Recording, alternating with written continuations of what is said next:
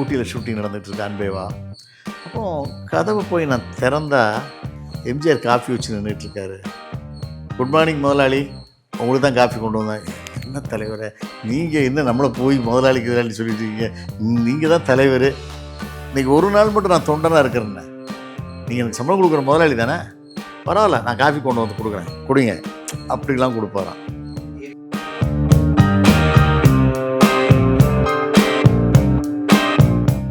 இனி உள்ள ஜென்ரேஷனில் ஏவிஎம் சரவணன் சார் மாதிரி ஆளாக நம்ம உலகத்தில் பார்க்க முடியாது.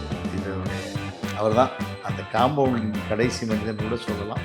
அன்றைக்கி அவ்வளோ கூட்டம், அவ்வளோ மாலை, ரிட்டையர்டானவங்க ஸ்டாஃப்ஸ்லாம் கூட வந்தாங்கன்னா அது சரவணன் சாருக்காக தான்.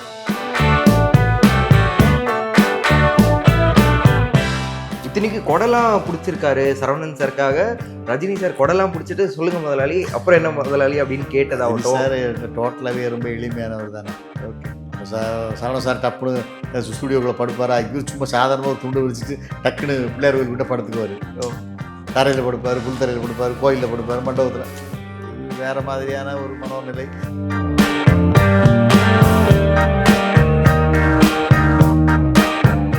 ரேடவோ பிரேடான போது ஒரு கார் வந்துச்சு. அந்த கார் வேணும்னு சங்கர் கேட்குறாரு. நாளைக்கு அது அப்படி ஒரு காரில் ரஜினி சார் இறங்கி அந்த முட்டை கேரக்டர் வந்தால் நல்லாயிருக்கும். அப்படியா, ப்ராடோன்னு நினைக்கிறேன் அந்த கார். ஓகே, நாளைக்கு பண்ணிடலாம் சார் அப்படிங்கிறாரு. இவங்களுக்கு இன்ஃப்ளூயன்ஸ் அதிகமாக இருக்கிறதுனால அந்த கார் 6 மாதம் வெயிட் பண்ணால் தான் அந்த காரை எடுக்க முடியும். இவர் 2 கார் வாங்கிட்டு வந்தார்.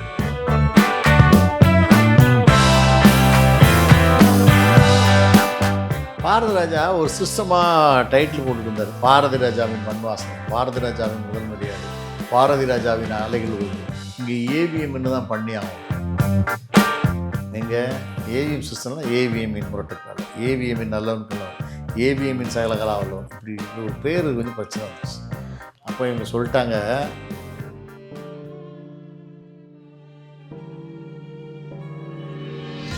நேற்று டிசம்பர் 3 ஏவிஎம் சரவணன் சாரோட பிறந்த நாள்.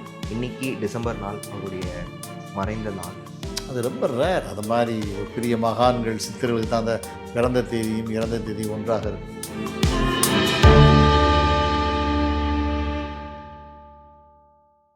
தமிழ் சினிமாக்கே ஒரு மிகப்பெரிய இழப்பு நம்ம ஏவிஎம் சரவணன் சார் அவருடைய இழப்பு. அவர் கூட நிறைய பழகிருப்பீங்க. எப்படி இருக்குது சார் உங்களுக்கு இப்போ? ஆக்சுவலாக சார் எனக்கு 1990 தெரியும். 90 கிட்டத்தட்ட ஏறத்தாழ 35 ஆண்டுகள், 35 வருஷம். பழகுவதற்கு ரொம்ப மென்மையானவர். எப்போதுமே அந்த ஒயிட் அண்ட் ஒயிட்டில் தான் இருப்பார். அந்த குங்குமம் அப்படி ஒரு காஸ்டியூம் இருப்பார். மென்மை, பழகுவதற்கு ரொம்ப எளிமை, இனிமையான ஒரு மனிதர். அவரை மாதிரி நம்ம ஆட்கள்லாம் நம்ம உள்ள ஜென்ரேஷனில் பார்க்கவே முடியாது. அந்த அளவுக்கு நிறைய கொள்கை பிடிப்போடு இருப்பார். இப்போ சமீபத்தில் ஒய்ஜி மகேந்திரன் கூட பேசும்போது சொல்லியிருந்தார்.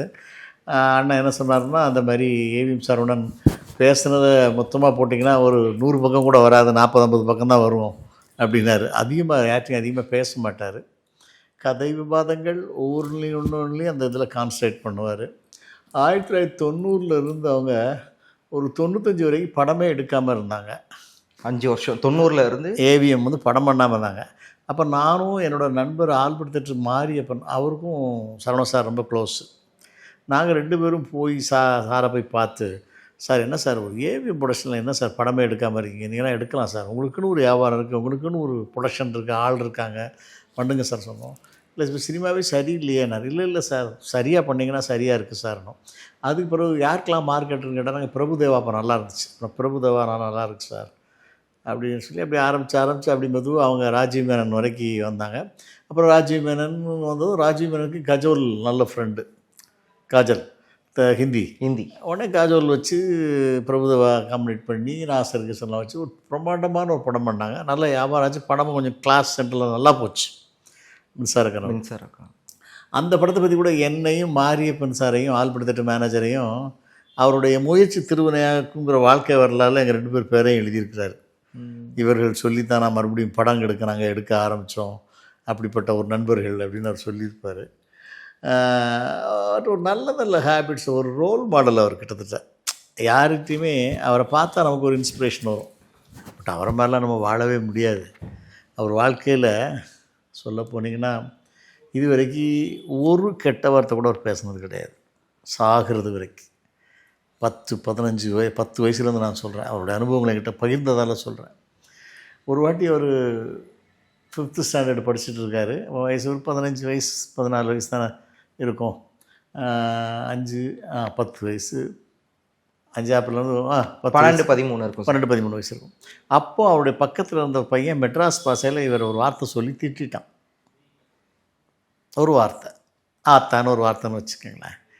ஒரு உடனே அவனை போட்டு ஃபஸ்ட் டைம் அவர் லைஃப்பில் அந்த பையனை ஒரு 2-3 அடி அடிச்சிட்டார். அடித்தா ஹெட் மாஸ்டர் கம்ப்ளைண்ட் போகுது. ஹெட் மாஸ்டர் கூப்பிட்டு கேட்குறாரு, ஏன் சார் அவனை அந்த பையனை அடித்தேன்? சார் அவன் ஒரு தப்பான வார்த்தை சொல்லிட்டான் சார், அதனால் அடித்தேன். என்ன தப்பான வார்த்தை சொன்னான் சொல்லு. இல்லை சார், அந்த வார்த்தையை என் வாயினால் சொல்ல மாட்டேன். தலைமை ஆசிரியர் அழுத்தி கேட்குற இவர் சொல்லவே மாட்டேன்றாரு. இப்போ பக்கத்தில் இருந்த பையனை கூப்பிட்டு என்னடா நடந்துச்சு, ஏன்டா சரவணன் அந்த பையனை அடித்தான்? சார் அவன் ஒரு வார்த்தை கேட்டான் சார், அதனால் அடிச்சிட்டான். என்னடா வார்த்தை சொன்னான்? அந்த பையன் அவருடைய காதில் சொல்கிறான் அந்த வார்த்தையை. இப்போ தலைமை ஆசிரியர் அசந்து போயிடுறாரு. அந்த வார்த்தையை கூட சொல்லக்கூடாதுன்னு இப்படி வாதமாக இருக்காமல் சார், என் வாழ்நாள் பூரா நான் அப்படி ஒரு வார்த்தையை சொல்ல விரும்பலை சார். அந்த வயசில் 5வது படிக்கும்போது அந்த 10 வயசுலேயே 10 வயசுலேயே ரொம்ப டிசிப்ளின், ரொம்ப ஒழுக்கமாக இருந்திருக்காரு. அவர் வாழ்க்கையில் அடித்ததே அந்த ஒரு பையனை தான் நான் அடித்தேன் சார் இது வரைக்கும். அப்போ நாங்கள் 50-60 வயசில் நாங்கள் மீட் பண்ணும்போது அது வரைக்கும் நான் என் லைஃப்பில் யாரையுமே கை நீட்டினது கிடையாது சார் சொல்லுவார். அது யார்ட்டையுமே அவர் பிடிக்கலை, ஏதோ ஒரு தப்பு பண்ணிட்டாங்கன்னா கூட, அவங்கள பிடிக்கலைன்னா கூட அவங்கள்ட்ட போய் ஒரு வார்த்தை விடுறதோ அவங்கள கை நீட்டுறதோ அந்த மாதிரி ஹேபிட் பண்ண மாட்டார். பிரதர், உங்களுக்கும் நமக்கும் சரியாக வரல பிரதர், அதனால் நீங்கள் இனிமேல் இங்கே வர வேண்டாம் பிரதர், நீங்கள் உங்கள் வேலையை பாருங்கள் பிரதர், நாங்கள் எங்கள் வேலையை பார்த்துக்குறோம் பிரதர். இதுதான் அவரோட ஹையஸ்ட் வேர்டாக இருக்கும். ஹையஸ்ட் கோவப்பட்டாலே பிரதர் நாங்கள் எங்கள் வேலையை பார்க்க, அந்த மாதிரி. அப்படி ஒரு ரொம்ப, அதாவது சொல்லவே முடியாது, அவ்வளோ ஒரு உலகத்தில் அவருடைய மகங்களாக இருக்காங்க. அப்படிலாம் கிடையாது, இவர் மட்டும்தான் அப்படி ஒரு பிறவி. அவங்க யார்கிட்ட கற்றுக்கிட்டாங்க, தம்பிங்கெல்லாம் இவர் மாதிரிலாம் கிடையாது. ஒரு வார்த்தையெல்லாம் விட்டுருவாங்க, டக்குன்னு கோவப்படுவாங்க, ஒருத்தனை சண்டைக்கு போவாங்க, ஃபோனில் கத்துவாங்க. இவர் அதிலே பண்ணவே மாட்டார், ரொம்ப அமைதியான. அப்புறம் போலீஸ் ஸ்டேஷன் கோர்ட்டுக்கெல்லாம் வாழ்நாள் பூரா போகக்கூடாதுன்னு ஒரு பிடிவாத்தில் இருந்தார். ஒரு தடவை அவங்க பிரதர்ஸ்குள்ளே கூட ஒரு டிஸ்பியூட் ஆகும்போது அவங்க இந்த படங்களை பூரா எங்களுக்கு எழுதி வைங்க அப்படி இப்படின்னு ஒரு பஞ்சாயத்து வந்துச்சு. பஞ்சாயத்தில் இவர் சொன்னார், இல்லை நீ கேட்குறது சரியில்லை, நம்ம என்ன உண்டோ பண்ணிக்கலாம்ப்பா அப்படின்னு கேட்குறேன். இல்லைன்னா அப்படின்னா நோட்டீஸ் விட வேண்டியிருக்கும் அப்படின்னு சொல்லுவேன். வக்கீல் நோட்டீஸை விட்டு நான் கோர்ட்டுக்கு வர மாதிரி இருந்தால் சரவணன் வரக்கூடாது, அப்படி வரதா இருந்தால் எனக்கு அந்த சொத்து இது வேண்டாம், நீயே எடுத்துக்கோன்னு சொல்லி ஒரு ப்ராப்பர்ட்டி கையெழுத்து போட்டு கொடுத்தாரு.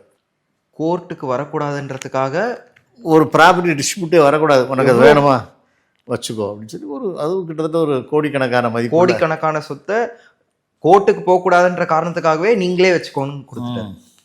அவர் கோர்ட்டுக்கு போனதும் கிடையாது, கோர்ட்டு படியெல்லாம் மிதிக்கக்கூடாதுன்னு நினைப்பார், போலீஸ் ஸ்டேஷனுக்கு போகக்கூடாதுன்னு நினைப்பார். இப்படி ஒரு மாதிரியாக ரொம்ப மென்மை, ரொம்ப ஒரு மேன்மையான ஒரு மனிதர். இனிமேல் உள்ள ஜென்ரேஷனில் அவரை மாதிரி ஒரு ஆளை நம்ம லைஃப்பில் பார்க்கவே முடியாது. அந்த அளவுக்கு நேர்த்தியாகவும் இருக்கணும்னு நினைப்பார். அவங்க அப்பா அந்த காலத்தில் ஏபி செட்டியார் அவர்கள் ஒரு பெரிய மேதை, பெரிய ஞானி. அவர்லாம் வாக்கிங் போனார்னா ஸ்டுடியோக்குள்ளே சரவணன் சார் சொல்லுவார், அப்படியே ரவுண்டு வந்தார்னா 3வது ஃப்ளோர் பக்கத்தில் கொஞ்சம் குப்பை கிடக்குப்பா அப்படின்னு ஒரு மைக் வச்சுருப்பார், ஒரு டேப் ரெக்கார்டு மாதிரி, அதில் ஆன் பண்ணி சொல்லிவிடுவார் ஸ்டாஃப், அது மறந்துடக்கூடாதுங்கிறதுக்காக. எப்போ 3வது ஃப்ளோர் பக்கத்தில் நிறையா குப்பை ஆணிலாம் கிடக்குப்பா, அது அப்புறமா எடுத்துருங்கப்பா, ஓகே ஒன் அப்படியே வருவார். இங்கே ஒரு செடி பக்கத்தில் ஒரு செடி பட்டு போய் நிற்கும், எப்பா 7வது ஃப்ளோர் பக்கத்தில் ஒரு செடி பட்டு போயிருக்கு, உடனே அதை பிடிங்கிட்டு வேறு ஒரு நல்ல பசுமையான செடியாக நட்டுருங்கப்பா, கட் பண்ணிக்கார். இப்படி ஒரு டேப் சிஸ்டம் வச்சுருந்தார். யார்? அவங்க அப்பா மையப்பன் சார். சரி, அதே மாதிரி சரவணன் சார் அந்த சிஸ்டத்தை ஃபாலோ பண்ணார், அப்பாவோட சிஸ்டரை. அப்புறம் டைமிங், பஞ்சுவாலிட்டிலாம் அவங்கள அடிக்கவே முடியாது. 10 மணிக்கு ஒரு ப்ரோக்ராம்னா அது 9:50 அதுக்கு ரெடி ஆவாங்க. எப்போ அன்றைக்கி அந்த டைரக்டர் இங்கே வர்றாரு இல்லையா, நம்மளை பார்க்க வர்றாரு இல்லையா, இப்போ பேரரசோ உதயகுமாரோ வர்றான்னு வச்சுக்கோங்களேன். எஜமான் பண்ணார், பேரரசு திருப்பதி பண்ணார். எப்போ பேரரசு டைரக்டர் எத்தனை மணிக்கு? 10 மணிக்கு வர்றாரு இல்லையா, கரெக்டாக இருங்கப்பா, அலாட்டாக இருங்கப்பா, கார் அங்கே இறங்குறது அவரை பக்கம் நீங்கள் கூப்பிட்டு வரணுப்பா, உள்ளே நீ கூப்பிட்டு வரணுப்பா அப்படின்னு அதுக்கு ஒரு பிளான் போடுவாங்க. இது சிஸ்டமேட்டிக்காக இருக்கும். அங்கே போய் இறங்குனதும் சாரை பார்க்க வந்திருக்கீங்கன்னு சொன்னாங்க, நீங்கள் இங்கே 2 மினிட்ஸ் உட்காருங்க சார், அதுக்கு ஒரு சீட்டு வரும், அந்த சீட் டைப் பண்ணி அனுப்பியிருப்பாங்க. 10 மணிக்கு அவர் வருகிறார், எல்லோரும் ஆயத்தமாக இருங்க, அவரை நல்லபடியாக ரிசீவ் பண்ணி எங்கிட்ட கூட்டுவாங்க அப்படின்னு ஒரு லெட்ரு வந்துடும். அதுக்குள்ளே எல்லாருக்கும் அந்த ஸ்டாஃபு பூரா லெட்ரு போயிடும். அப்போ அவங்க கார் இந்த இடத்துல இறங்கும்போது நீ நிற்கணும்ப்பா, விஸ்வநாதன் நீங்கள் நிற்கணும், வீரப்பன் நீங்கள் இங்கே நில்லுங்க, அவர் அந்த இடத்துல உட்கார வைக்கணும், நீங்கள் வந்து தம்பி அர்ஜுன் அவருக்கு நீங்கள் காஃபி டீ எல்லாம் கொடுக்கணும், கொடுத்த பிறகு டீ குடித்த பிறகு என்கிட்ட வந்து சொல்லுங்கள், நான் உள்ள அலோவ் பண்ணுறேன், மீட் பண்ணி பேசுகிறோம். அதுக்கு ஒரு ஹெச் போடுவாங்க. ஒரு சாதாரண ஒரு மீட்டிங்கே இப்படி பண்ணுறவங்க ஷூட்டிங் போகிறோன்னு வச்சுக்கோங்களேன், அப்பா பிளான். இப்போது உதாரணத்துக்கு அவங்களுடைய படம் வச்சுக்கோங்களேன், ஒரு முரட்டுக்காலையோ ஒரு நல்ல ஒன்றுங்களோ ஷூட்டிங், ஒரு மைசூரோ எங்கேயோ போகிறோம் வச்சுக்கோங்க. அந்த சக நடிகர்களுக்கு அவங்க சிஸ்டம் போடுற டிக்கெட்டெல்லாம் உங்கள் பேர்னால், இப்போ அந்த படத்தில் முருகன் நடிக்கிறார், ஓகே முருகன் வயசு இவ்வளவு, இவர் இந்த ட்ரெயினில் இத்தனாம் தேதி இத்தனை மணிக்கு கிளம்பணும், அவர் வீட்டில் வந்து இத்தனை மணிக்கு கிளம்பணும் அப்படிங்கிற சிஸ்டம் பண்ணிவிடுவாங்க. எத்தனை மணிக்கு வீட்டில் இருந்து கிளம்பணும் ட்ரெயினை பிடிக்க முடியும். உங்களுக்கு மெசேஜ் வந்துடும், சார் நீங்கள் இத்தனை மணிக்கு கிளம்பணும், உங்களுக்கு வந்து கார் வரும் சார், எங்களுடைய கார் இந்த அம்பாஸ்டர் கார், இந்த நம்பர் உள்ள கார் உங்களை பிக்கப் பண்ணும் சார், டிரைவர் பேர் முருகன் சார், முருகன் நம்பர் இது சார், டக்குன்னு ஃபீட் பண்ணிடுவாங்க. ஸோ நமக்கு ஆச்சரியமாக இருக்கும், 10 மணி ட்ரெயினாக 9:30க்கு கார், நம்ம 9 மணிக்கு வீட்டுக்கு கார் வந்துடும். அது எங்கே ஏறணும், அங்கே ரயில்வே ஸ்டேஷனில் 10 ஆளை நிப்பாட்டி வச்சுருப்பாங்க, அவரை ரிசீவ் பண்ணி எப்படி கூப்பிட்டு போகணும், எங்கே ஏற்றணும், அவரை உட்கார வச்சு தண்ணியெல்லாம் கொடுத்தப்போ தான் இறங்கணும், இப்படி ஒரு சிஸ்டம் பண்ணுவாங்க. அப்புறம் ஒரு ஷூட்டிங்கில் இறங்குறதுக்கு அந்த அவருக்கு மெசேஜ் போயிடும், சார் அங்கே சங்கர்னு ஒரு ஆள் உங்களை ரிசீவ் பண்ண ஸ்டேஷனுக்கு வருவார் சார், அவர் நம்ம ஏவிஎம் போர்டு வச்சுருப்பார் சார், அவர் உங்களை பிக்கப் பண்ணிக்குவார் சார், இந்த ஹோட்டலில் அசோகான்னு ஒரு ஹோட்டலில் போய் நீங்கள் தங்கணும் சார், அங்கே உங்களுக்கு 108வது நம்பர் கொடுத்துருக்காங்க சார், நீங்கள் அந்த ரூம் தங்கிட்டு உங்களுக்கு தேவையான உணவு காஃபி டீ எல்லாம் நீங்கள் சாப்பிட்டுக்கலாம் சார், இப்படின்னு ஒரு மெசேஜ் வரும். அது அப்படி தான் சிஸ்டம். அதை மாதிரி ஷூட்டிங் காலையில் சார், நாளைக்கு காலையில் உங்களுக்கு 7 மணிக்கு ஷார்ட் சார், ஒரு 6 மணிக்கெலாம் உங்களுக்கு கார் இருக்கும் சார், நீங்கள் உங்கள் ரிசப்ஷன்லேருந்து அப்படி திரும்பி பார்த்தீங்கன்னா ரைட் சைடில் ப்ளூ கலர் அம்பாஸ்டர் கார் நிற்கும் சார், திரும்பி பார்த்தீங்கன்னா அந்த கார் நிற்கும், அதோட நம்பர் இது சார், அந்த டிரைவர் நம்பர் இது சார், உங்களுடைய லொக்கேஷனுக்கு 10 கிலோமீட்டர் போகணும் சார், அங்கே போயிட்டீங்கன்னா நீங்கள் அங்கே டிஃபன் சாப்பிட்றீங்க சார், 9 to 9:30 டிஃபன் சாப்பிடுவீங்க சார், 9:45 நீங்கள் ஷார்ட் ஆரம்பிப்பாங்க சார், நீங்கள் நடிக்கலாம் சார். ஒரு மாதிரியாக ஒரு கவர்மெண்ட்டில் கூட அப்படி பண்ண மாட்டாங்க, அப்படி ஒரு பிளான்டான ஒரு குடும்பங்கள் தான் ஏவிஎம் ஸ்தாபனம். சார் இந்த ஒரு நீங்கள் சொன்னீங்களே இந்த ஒரு சிஸ்டம், இது மெய்யப்பன் செட்டியார் அவர்களே வந்து அவங்க அப்பா ஒத்து கொடுத்தலாம். ஓகே, அதை வந்து சரவணன் சார் இப்போ வரைக்கும் ஃபாலோ பண்ணி கொண்டு போயிருந்தாங்க. அவங்கள வச்சு எம்ஜிஆர் சார் வச்சு ஒரே ஒரு படம் பண்ணாங்க, அன்பேவா. சிவாஜி சார் வச்சு ஏவிஎம்க்கு நம்ம காலமெல்லாம் நன்றி கடன் பட்டிருக்கணும். சிவாஜி என்கிற ஒரு பெரிய மகத்தான கலைஞரை நமக்கு அறிமுகப்படுத்தியது பராசக்தி, அந்த பராசக்தியை தயாரித்ததே அவங்க தான் ஏவிஎம். அதனால் ஏவிஎம்க்கு அத்தனை சினிமாக்காரர்களும் அத்தனை சினிமா ரசிகர்களும் நன்றி கடன் பட்டிருக்கோம். சார் உலகநாயகன் கமலஹாசனை களத்தூர் கண்ணமால் அறிமுகப்படுத்தினதும் அவங்க தான். கமலஹாசன் அப்புறம் பெரிய ஹீரோவான பிறகு பாலச்சந்தர் தான் நிறையா படங்களில் ப்ரொடக்ஷன் பண்ணார். கமலஹாசனுக்கு ஒரு மாஸ் ஹீரோவாக்குறது ஏவிஎம் தான், சகலகலா.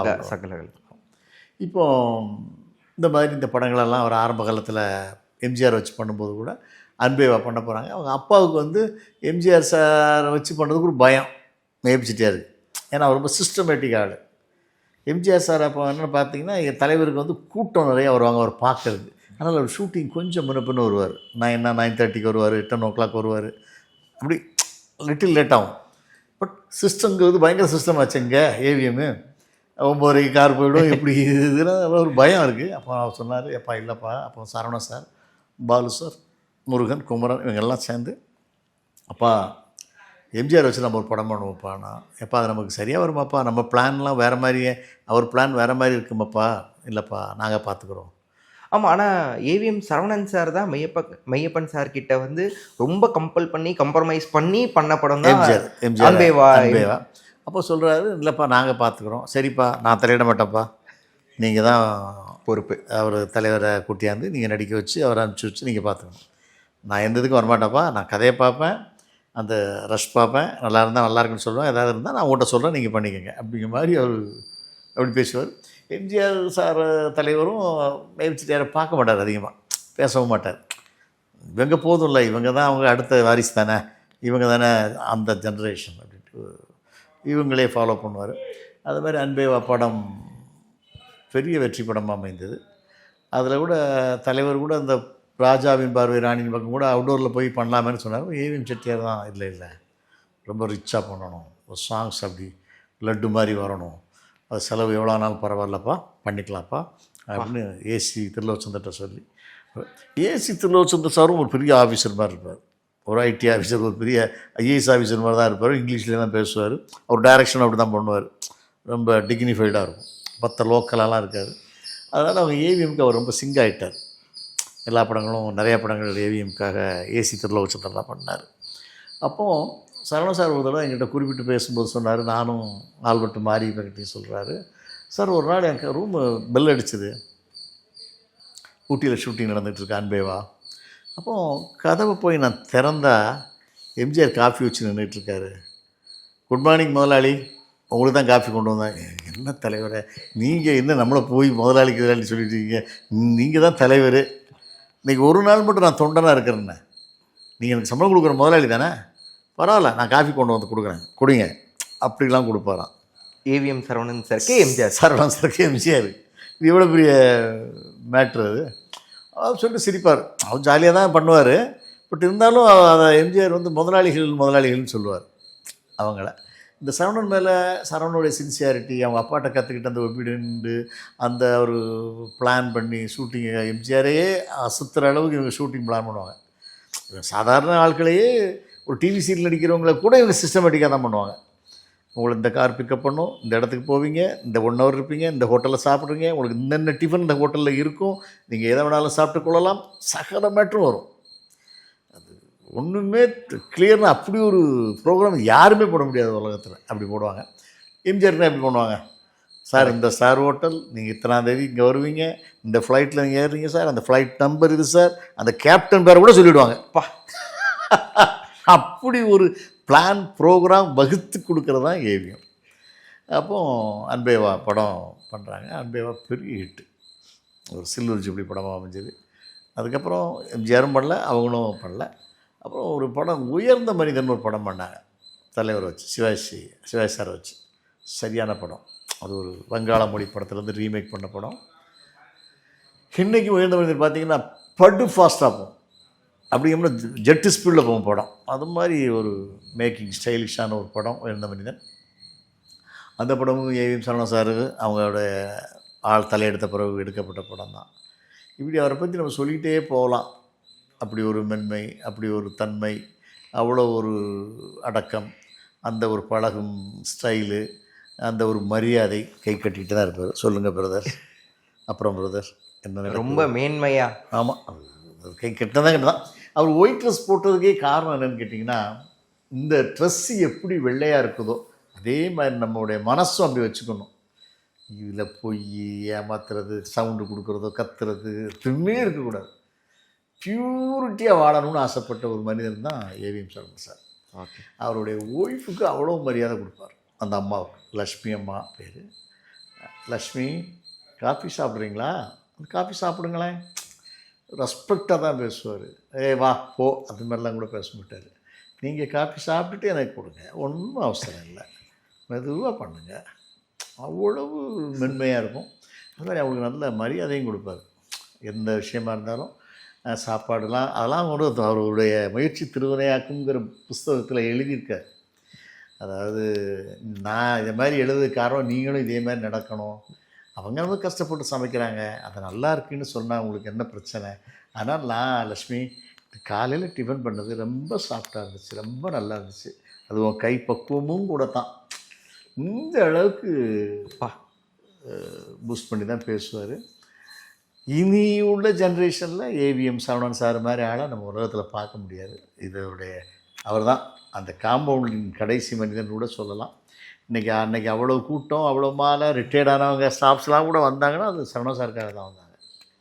ஏன்னா அவர் ரொம்ப ரெஸ்பெக்ட் பண்ணுவார். யாராக இருந்தாலும் கை கட்டி சொல்லுங்கள் பிரதர், என்ன விஷயம் உங்களுக்கு, என்ன பேசணும், எதுக்காக, தெளிவாக கேட்பார். கதை கேட்டால் கூட அப்படியே அமைதியாக பார்த்துக்கிட்டு சிறக்குன்னு ஒரு படம், ஏன் இந்த கதை இப்படி சொல்கிறீங்க, ஏன் இப்படி இந்த இடத்துல ஏன் இந்த கேரக்டர் இப்படி பேசுது, அதெல்லாம் சொல்ல மாட்டார்.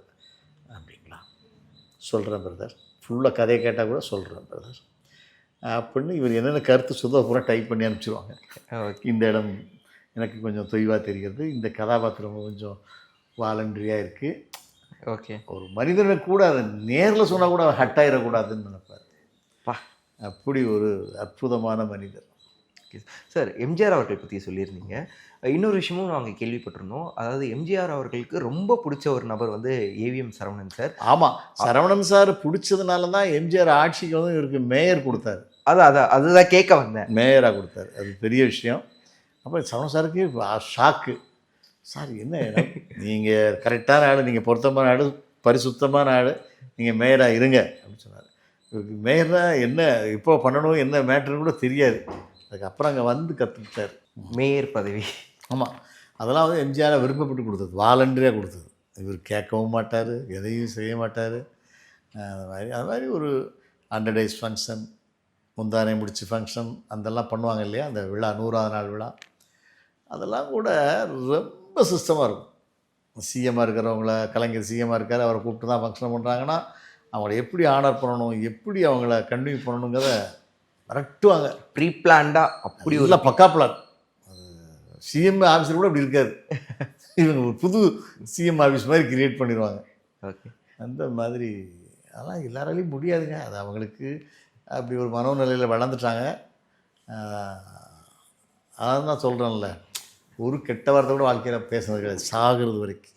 ஓகே, அவர் அடித்தது அந்த ஒரு பையனை தான் 2 அடியோ 3 அடியோ அடிச்சிருக்காரு. 5வது படிக்கும்போது 10 வயசில். ஓகே சார், நீங்கள் பேசும்போது ஒரு விஷயம் வந்து சொன்னீங்க, எம்ஜிஆர் அவர்களே வந்து பார்த்தீங்கன்னா ஏவிஎம் சரவணன் சாரை முதலாளி அப்படின்னு சொல்லுவாருன்ட்டு.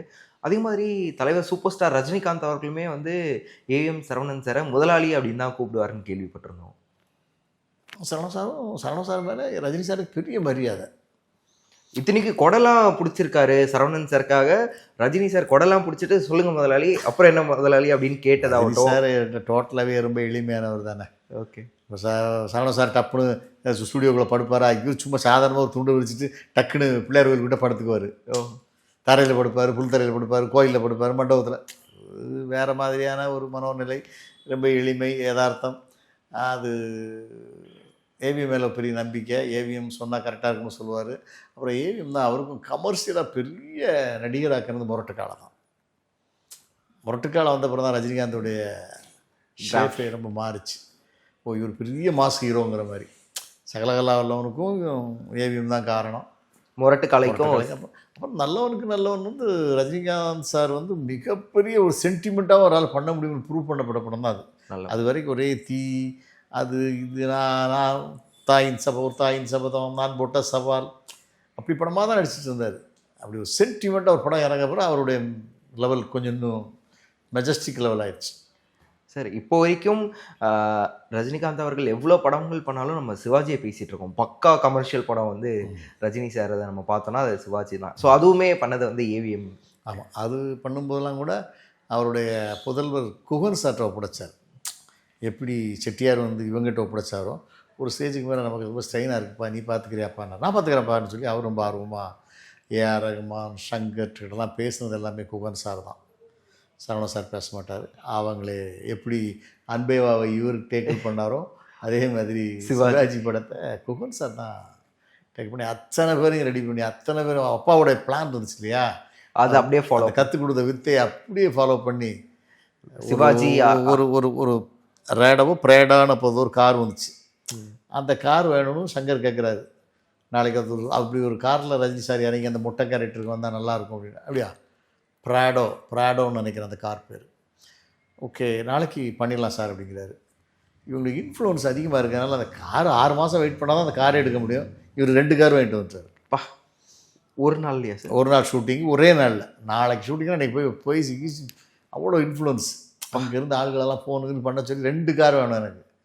ஒரு கார் கேட்டாங்க, ஆனால் 2 கார். 1 ஷூட்டிங், 1 எனக்கு. நான் அந்த முடிவு வரைக்கும் நான் வச்சுக்கிறேன். ப்ராடா அந்த கார் எனக்கு சரியாக ஞாபகம் இல்லை. அந்த மாதிரி ஒரு பேரில் உள்ள ஒரு காரு. அப்படியெல்லாம் செய்வாங்க. அது ப்ரொடக்ஷன் பண்ணுற டைரக்டர்களுக்கெல்லாம் சும்மா லட்டு மாதிரி ஏவிஎம்மில் படம் பண்ணாங்கன்னா அவ்வளோ ஸ்மூத்தாக இருக்கும்.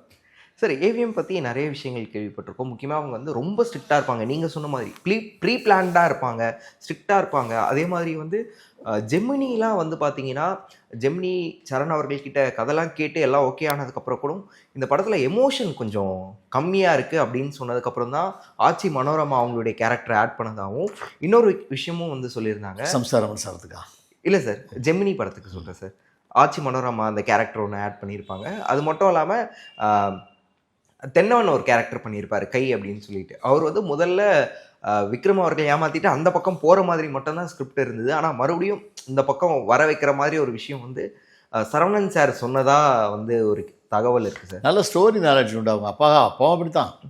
அவங்க அப்பாவும் சரோஜாதேவி, பத்மினி, சாவித்திரி இவங்களை வச்சு நான் படம் பண்ணும்போது அந்த அம்மாவோட ஜாக்கெட்டில் லைட்டாக அந்த பக்கமெல்லாம் நனைஞ்சிருக்குப்பா, வேண்டாப்பா அசிங்கமாக இருக்குப்பா, ரீஷூட் பண்ணுங்கப்பா.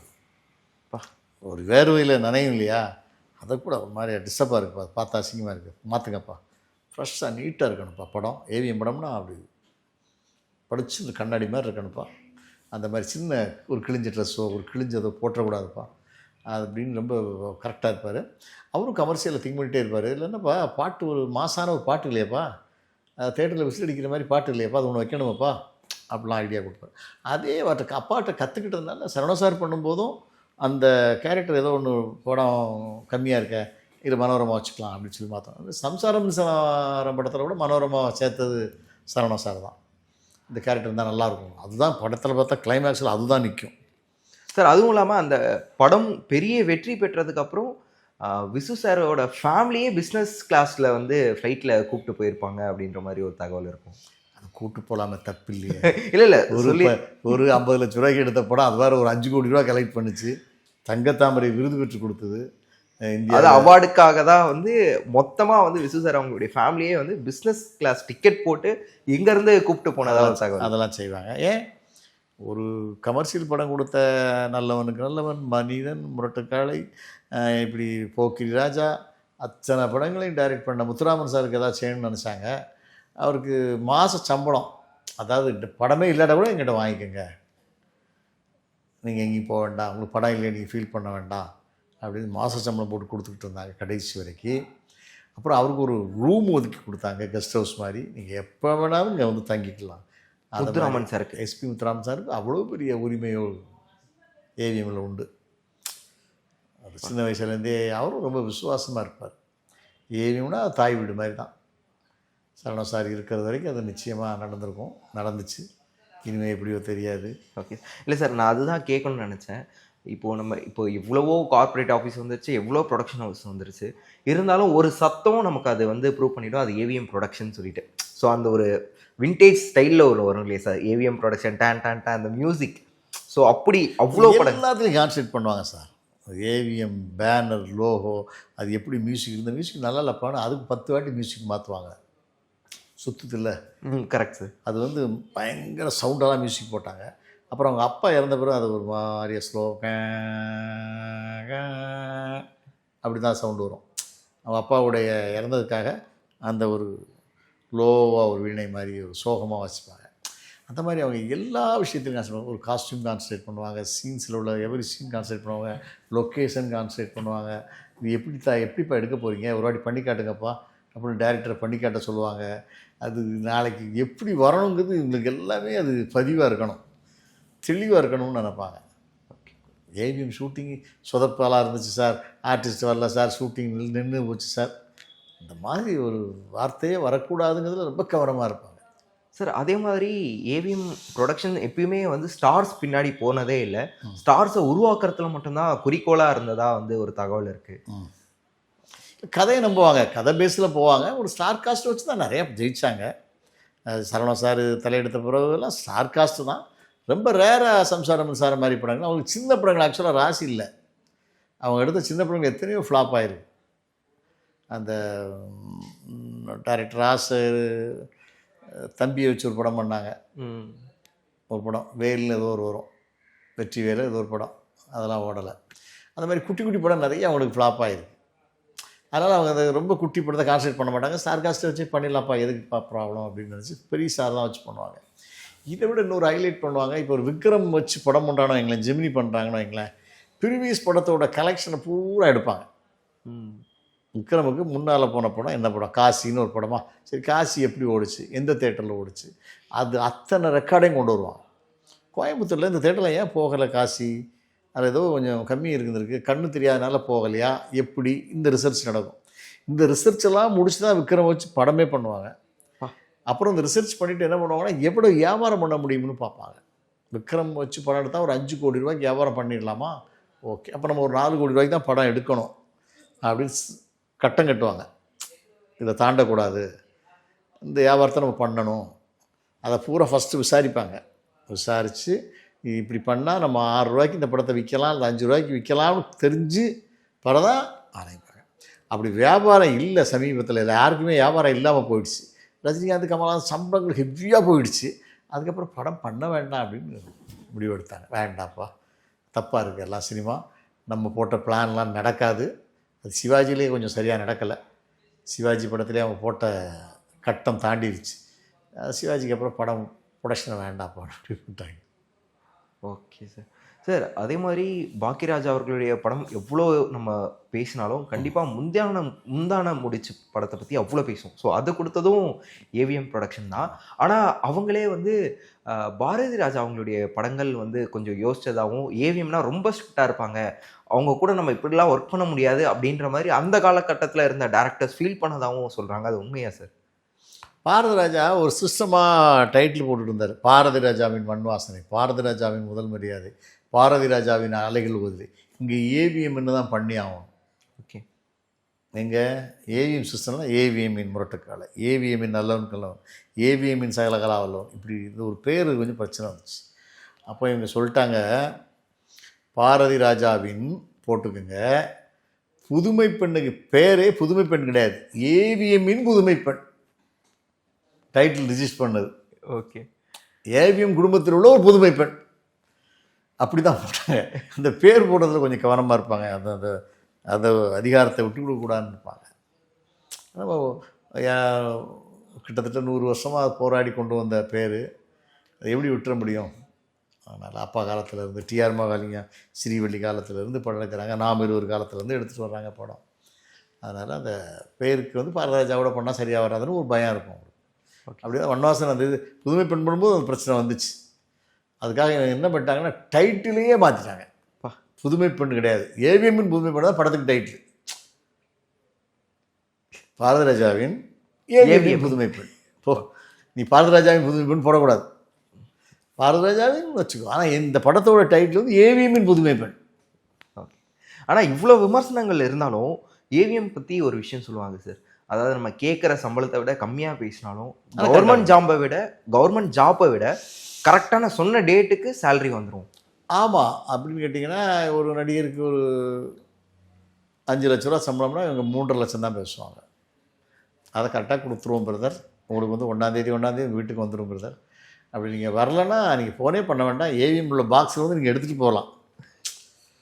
அப்போ ஒரு சிலருக்கு செக் போட்டு ஒரு கையெழுத்து போட்டு 1ஆம் தேதி அத்தனை செக்கும் கையெழுத்து போட்டுருவாங்க, போட்டு கொடுத்துருவாங்க. கொடுத்தா ஏன் இந்த காசை அவங்க எடுத்துகிட்டு போக ஏன் கொடுக்கலையா நீங்கள் 2ஆம் தேதியே கேட்பாங்க. உடனே அனுப்புங்க, குரியர் பண்ணுங்கள், அல்லது கூப்பிட்டு கொடுத்துருங்க, இங்கெல்லாம் இருக்கக்கூடாதுன்னு சொல்லி வார்ன் பண்ணுவாங்க. அவ்வளோ கரெக்டாக இருக்கணும்னு நினைப்பாங்க.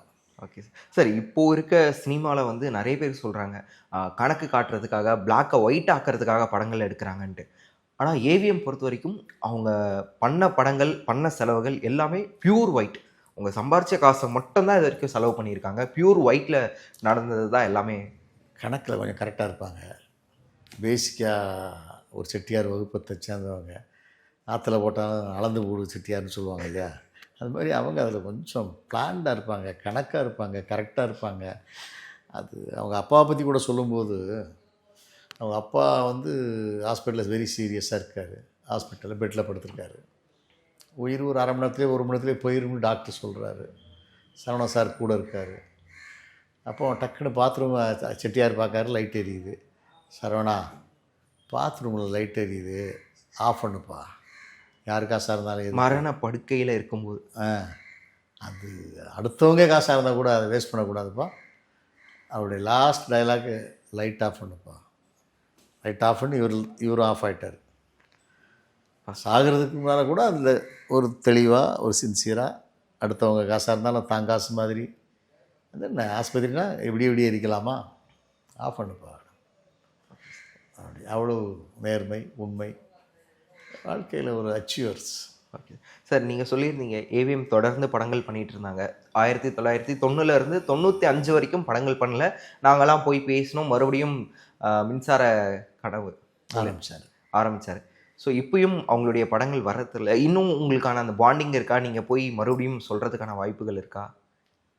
அங்கே ஒரே ஆள் ஏவிஎம் சரவணன் சார் தான் வருகிறவர்களை புன்முறுவலோடு வரவேற்பதற்கும், இனியுள்ள ஜெனரேஷன் அதை பண்ண முடியாது, அதை ஃபாலோ பண்ண மாட்டாங்க. அவங்க பயங்கர ட்ரெண்டிங்காக இருக்காங்க. இவர் ஒரு பயங்கர கலாச்சார பண்பாடோடு வாழ்கிறவர், வாழ்ந்தார் கடைசி வரைக்கும். அதை மாதிரி மனிதரை இனிமேல் ஏவிஎம் காம்பவுண்டை பார்க்க முடியாது.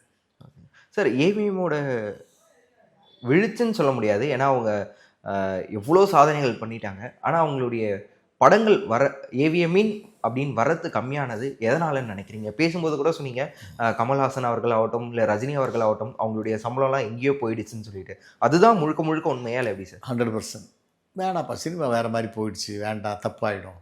நாம் 100 கோடி 200 கோடி கொடுத்து படம் எடுத்து எங்கே விற்க முடியலைன்னா என்ன பண்ணுறது? நடிகர்கிட்ட போய் கேட்க முடியுமா? அந்த விளையாட்டுக்கு நம்ம வேண்டாமே. அது இப்போ உள்ள ரேஸில் நிற்கிறவங்க போட்டோம், நம்ம அவ்வளோ பெரிய ரேஸ் ஆட வேண்டாம். ஏவிஎம் செட்டியாருடைய சிஸ்டம் அதுதான். எப்பா நீங்கள் நான் ஒரு குடம் நிறையா பொற்காசு வச்சுருக்கேன்ப்பா, அந்த பொற்காசை வந்து நீங்கள் அழிக்காமல் மேற்கொண்டு சேர்க்கலைன்னா கூட பரவாயில்ல, இருக்கிறத காலி பண்ணிடாதீங்கப்பா, அதுதான்ப்பா உங்கள்கிட்ட நான் கடைசியாக கேட்குறேன்னு சொன்னாராம். அது மாதிரி அவங்க வாழ்க்கையில் இருந்து இழக்க மாட்டாங்க. அப்பா கஷ்டப்பட்டு சேர்த்தது கடைசியில் இப்போ பாட்டன் சாயி அண்ணன் தம்பி பிரிஞ்சு எல்லாம் சொத்துக்களை பிரிக்கும்போது கொஞ்சம் விற்கிறாங்க, அதெல்லாம் பண்ணிட்டாங்க. அது வேறு. அவங்க கட்டுக்கோப்பாக இருந்த வரைக்கும், ஃபாதர் இருந்த வரைக்கும், இவங்க 3-4 பேரும் ஒற்றுமையாக இருந்த வரைக்கும் ஏவிஎம்னா ஒரு பயத்தோடு தான் எல்லாம் இருப்பாங்க. ஆர்டிஸ்டே பயப்படுவாங்க. ஏவிஎம்மில் நடிக்கிறதா இருந்தாலே ஐயோ அவங்க கரெக்டாக இருப்பாங்க, நம்மளும் கரெக்டாக இருக்கணுமே, முடியாமல் போயிடக்கூடாது. Okay sir. சிவாசியல் மாதிரி. நேற்று டிசம்பர் 3 ஏவிஎம் சரவணன் சாரோட பிறந்தநாள், 86வது பிறந்தநாள். இன்னைக்கு டிசம்பர் நாள் அவருடைய மறைந்த நாள். என்ன நினைக்கிறீங்க? அது ரொம்ப ரேர். அது மாதிரி ஒரு பெரிய மகான்கள் சித்தர்களுக்கு தான் அந்த பிறந்த தேதியும் இறந்த தேதியும் ஒன்றாக இருக்கும். கிட்டத்தட்ட எனக்கு தெரிஞ்ச அவர் நேற்றைய கூட இறந்திருப்பார். 5 மணிக்கு இவங்களுக்கு தெரிஞ்சிருக்கலாம். இது பசும்பொன் முத்துராமலிங்கத்தவருக்கு நடந்துச்சு. இறந்த தேதி மாதம் ஒரே மாதம், அதே மாதிரி சாகும்போதும் ஒரே மாதம். அது வந்து அவரும் பசும்பொன்னில் வாழ்ந்த ஆள். அதெல்லாம் பெரிய மகான்களுக்குரிய பிராப்தம் தான். அந்த ஒரே டேட்டில் தான் மரணம் சம்பவிப்பது. Okay sir. ஸோ நீங்கள் சொன்னது தான் சார், ஏவிஎம் சரவணன் சார் மாதிரி ஒரு ஆளை இனிமேல் நம்ம பார்க்கவே முடியாது, அப்படிப்பட்ட ஒரு மனிதன். ஸோ அவருடைய லெகசி அவருடைய மறைவோடு நிற்க போகிறதில்ல. ஏன்னா உங்களை மாதிரி ஆட்கள் இந்த மாதிரி மீடியாக்கள் மூலயமா சொல்கிறது மூலயமா இன்னும் நிறைய மக்களுக்கு வரப்போகிற ஜென்ரேஷனுக்கும் இனி யார் ஒயிட் ஷர்ட் ஒயிட் பேண்ட் போட்டு வந்தாலும் அது ஏவிஎம் சார் தானே சொல்கிற அளவுக்கு ஞாபகம் இருக்கும். ஏவிஎம் சரவணன் சார் அவரை போல ஒரு மனிதரையும் பார்க்க முடியாது. இருந்தாலும் இந்த உலகத்தில் நாம் எல்லாரையுமே விட்டு கொடுத்து தான் ஆகணும். அதுக்குண்டான காலகட்டம் வந்துருச்சு. அவருடைய மரணம் நல்ல மரணம் தான், நல்ல வயது தான். 86ங்கிறது ஒரு நல்ல வயது தான். 70க்கு அப்புறம் 75க்கு அப்புறம் ஒரு மனிதனுக்கு கிடைப்பது எல்லாமே போனஸ் தான். அதனால் அவருக்கு பிள்ளைங்க, பேரன், பேத்தி, கொள்ளு பேத்தி, இந்த அளவுக்கு பார்த்துட்டாரு. அவருக்கு ஒரு திருப்தியான வாழ்க்கை தான். அதனால் அந்த மரணத்தை நாம் ஏற்றுக்கொள்ளலாம். அது ஒன்றும் பரிதாபமான மரணம் அல்ல. ரொம்ப நேர்மையானவர், உண்மையானவர், மென்மையானவர். அவருடைய ஆத்மா சாந்தியடைய உங்கள் சார்பாகவும் என் சார்பாகவும் பிரார்த்தனை பண்ணி உங்களிடமிருந்து விடைபெறுகிறேன். நன்றி. நன்றி சார். நேரத்திற்கு ரொம்ப நன்றி. சந்திப்போம்.